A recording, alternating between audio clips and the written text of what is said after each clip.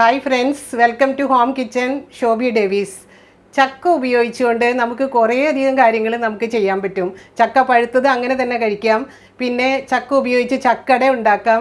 പിന്നെ ബാക്കി വരുന്ന ചക്കപ്പഴം ഉപയോഗിച്ച് നമുക്ക് ചക്ക വരട്ടി വെക്കാം. അപ്പോൾ വരട്ടി വെച്ചാൽ നമുക്ക് പിന്നീട് ചക്ക അട ഉണ്ടാക്കാനും അതുപോലെ തന്നെ ചക്ക പായസം ഉണ്ടാക്കാനും പിന്നെ ചക്ക വരട്ടിയത് അതുപോലെ തന്നെ അങ്ങനെ അങ്ങ് കഴിക്കാനും എല്ലാറ്റിനും നമുക്ക് ഉപയോഗിക്കാവുന്നതാണ്. പിന്നെ അതിൻ്റെ പോഷക ഗുണങ്ങളെല്ലാം എല്ലാവർക്കും അറിയാവുന്നതാണല്ലോ.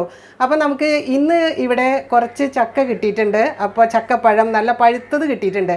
അപ്പോൾ ഞാൻ വിചാരിച്ചു കുറച്ച് ചക്ക വരട്ടിയും കൂടെ ഉണ്ടാക്കി വെക്കാമെന്ന്. കുറച്ചൊക്കെ അങ്ങനെ അങ്ങ് കഴിച്ചു. പിന്നെ ഇത് ചക്ക വരട്ടിയതും കൂടെ ഉണ്ടാക്കി വെക്കാമെന്ന് വിചാരിച്ചു. പിന്നെ പിന്നീട് നമുക്ക് ചക്ക കൊണ്ട് ചക്ക പായസവും പിന്നെ അങ്ങനെ പലതൊക്കെ നമുക്ക് ഉണ്ടാക്കി കഴിക്കാമല്ലോ. അപ്പോൾ അതെങ്ങനെയാണെന്ന് നിങ്ങൾക്കും കൂടി ഒന്ന് വിവരിച്ച് തരാം.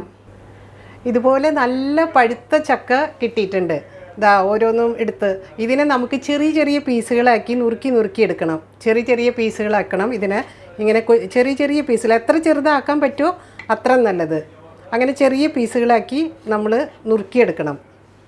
ഇതുപോലെ അങ്ങ് നുറുക്കിയെടുക്കണം. നല്ല പഴുത്ത ചക്കയാണെങ്കിൽ അത്ര നല്ലത്. അത്ര പഴുത്തിട്ടില്ലെങ്കിൽ നമ്മൾ കുറച്ച് കൂടുതൽ നേരം അതിനെ വേവിക്കേണ്ടത് ആവശ്യമായി വരും. അപ്പോൾ നല്ല പഴുത്തത് ചൂസ് ചെയ്യാൻ നോക്കുക. ഇവിടെ ഞാൻ ഉരുളിയാണ് എടുക്കുന്നത്. ഉരുളി എടുക്കുന്നത് എന്താണെന്ന് വെച്ചാൽ ഇതിൻ്റെ അടി നല്ല കട്ടിയുണ്ട് ഉരുളിക്ക്. അപ്പോൾ ഉരുളിക്ക് നല്ല അടി കട്ടിയുള്ളത് കൊണ്ട് നല്ല മിതമായ രീതിയിൽ അതിന് ചൂട് കിട്ടി നന്നായി നമുക്ക് അതിനെ വരട്ടിയെടുക്കാൻ പറ്റും. അതിലേക്ക് ഒരു 1/2 കപ്പ് നെയ്യാണ് എടുത്തിരിക്കുന്നത്. അതിൽ കുറച്ച് നെയ്യ് നമ്മളിപ്പോൾ ഒഴിക്കുക.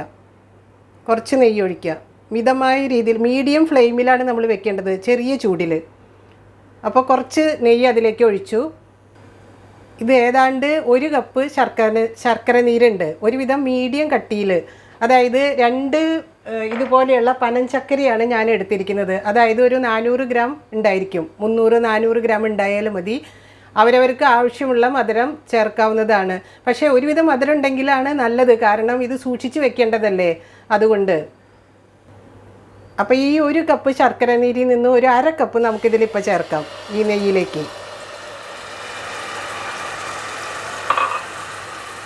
ഫ്ലെയിം ഒന്ന് കുറച്ച് വയ്ക്കുക.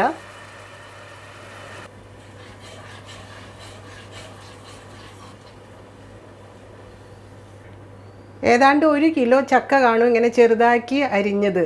അത് നമ്മൾ ഇതിലേക്ക് ഇടണം. ഇനിയാണ് നമുക്ക് പണി. കുറേ നേരം ഇളക്കിക്കൊണ്ടിരിക്കണം. അതായത് നന്നായി ഉടഞ്ഞ് വെന്ത് കിട്ടണം നമുക്ക്. അപ്പോൾ ഇളക്കിക്കൊണ്ടിരിക്കണം ഇതുപോലെ നന്നായിട്ടങ്ങ്. കുറേ നേരം ഇളക്കേണ്ടത് ആവശ്യമുണ്ട്. നന്നായി പഴുക്കാത്ത ചക്കയാണെങ്കിൽ നിങ്ങൾക്ക് വേണമെന്നുണ്ടെങ്കിൽ മിക്സിയിൽ അടിച്ചെടുക്കാം. പക്ഷേ ടേസ്റ്റിൽ കുറച്ച് വ്യത്യാസം വരും. അതുകൊണ്ടാണ് ഞാൻ മിക്സിയിൽ അടിക്കാത്തത്. ഇങ്ങനെ ഉടച്ചൊക്കെ ചേർത്ത് നന്നായി അങ്ങ് ഇളക്കി കൊടുക്കണം.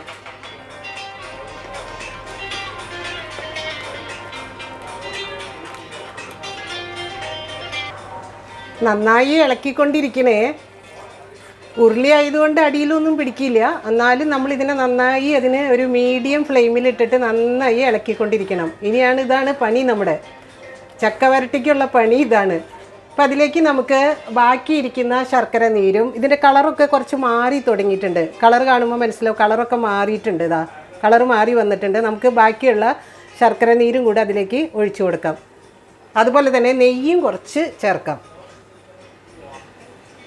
ഇനി നന്നായി അങ്ങ് ഇളക്കിക്കൊണ്ടിരിക്കണം. ഈ ഇളക്കിക്കൊണ്ടിരിക്കുക എന്നുള്ളതാണ് നമ്മുടെ പണി.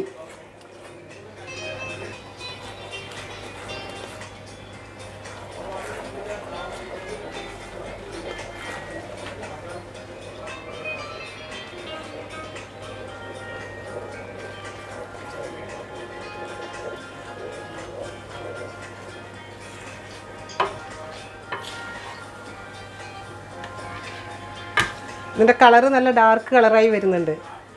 ഇതങ്ങ് വറ്റണം. ഇതിൻ്റെ വെള്ളം മുഴുവൻ വറ്റിപ്പോണം ഇതിലുള്ള. എന്നാലാണ് അത് കുറേ നാളത്തേക്ക് ഇരിക്കുക. ഇടയിൽ കുറച്ച് നെയ്യ് ഒഴിച്ചു കൊടുക്കുക. പിന്നെ നമുക്ക് ഈ സ്റ്റേജിൽ നമുക്ക് കുറച്ച് ഏലക്കായ ചേർക്കാം. ഏലക്കായ പൊടിച്ചത് ഒരു 10 ഏലക്കായ പൊടിച്ചെടുത്തിട്ടുണ്ട്. അതങ്ങ് ചേർക്കാം നമുക്ക്. വെള്ളമൊക്കെ വറ്റി തുടങ്ങി. ഇതാ ഇങ്ങനെ ഉരുണ്ട് വന്നു തുടങ്ങി, നന്നായിട്ട് ഉരുണ്ട് വരണതിന് ഇത് വെള്ളമൊക്കെ വറ്റിപ്പോയിട്ട്. എന്നാലാണ് കുറേ നേരത്തേക്ക് അത് സൂക്ഷിച്ച് നമുക്ക് വെക്കാൻ പറ്റുക. വെള്ളമൊക്കെ വറ്റിപ്പോയി ഇങ്ങനെ ഒരു അവസ്ഥയിലായിട്ടുണ്ട്. ഒന്നുകൂടി ഇളക്കണം നന്നായിട്ട്.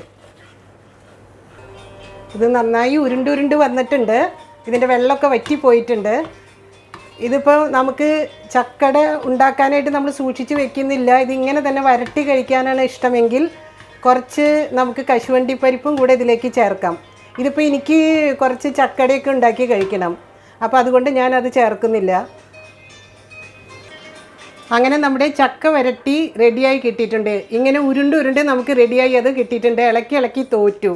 പക്ഷേ ഞാനിതിനെ ഇനി തണുക്കാനായിട്ട് ഈ ഉരുളിയിൽ തന്നെയാണ് വെക്കുക. ചിലപ്പോൾ ഞാൻ 2 ദിവസമൊക്കെ ഈ ഉരുളിയിൽ ഇത് ഇങ്ങനെ തന്നെ വെക്കും തണുക്കാനായിട്ട്. കാരണം ഉരുളി ആയതുകൊണ്ടാണ്. അത് പഞ്ചലോഹങ്ങളുടെ മാഹാത്മ്യം നമുക്ക് എല്ലാവർക്കും അറിയാവുന്നതാണല്ലോ.